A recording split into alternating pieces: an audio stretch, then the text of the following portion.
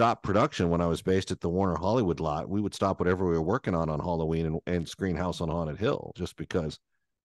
Oh, nice. It was just part of what we should have done before we went home for Halloween, and it's.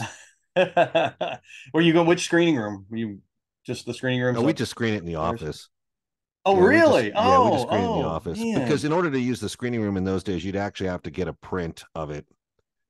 So we would get it out of the archive, yeah.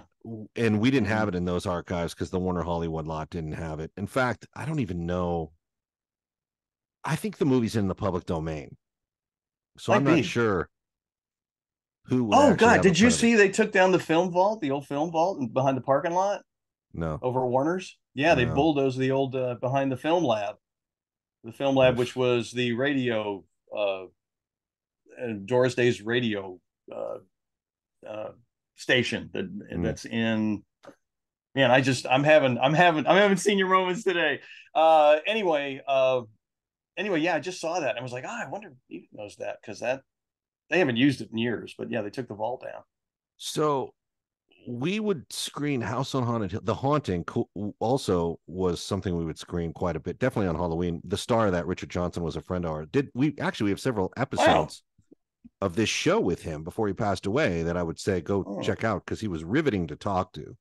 He had been in Khartoum with Chuck Heston, and so Haunting, which is based on a book and directed by Robert Wise, that's a little bit better, I think, in terms of quality than House on Haunted Hill, but House on Haunted Hill is still fun. And they used the Innis house, man. Oh, did they? In the House on Haunted Hill, in the Haunting, the house that they used is now a bed and breakfast in England, but in the House on Haunted Hill, they used the Innis house. We actually tried to get the Innis house to do an event where we would screen House on Haunted Hill, but it was under construction at the time, and oh, boo. Well, there's no permitting for events of any kind there, because they thought the whole thing was going to go down the hill. Collapse down the hill. It wasn't. It's interesting though. I was trying to think. There's a shot in House on Haunted Hill. You got to probably review the movie to know what I'm talking about, because it might have been a while for you. It's been a while, yeah. It looks like they overlooked the 405 freeway to me, but that's not the view from that part of the house. So I'm kind of confused. But it does look like they're standing on the property. It looks like either they matched it really well, or the freeway's been moved. You have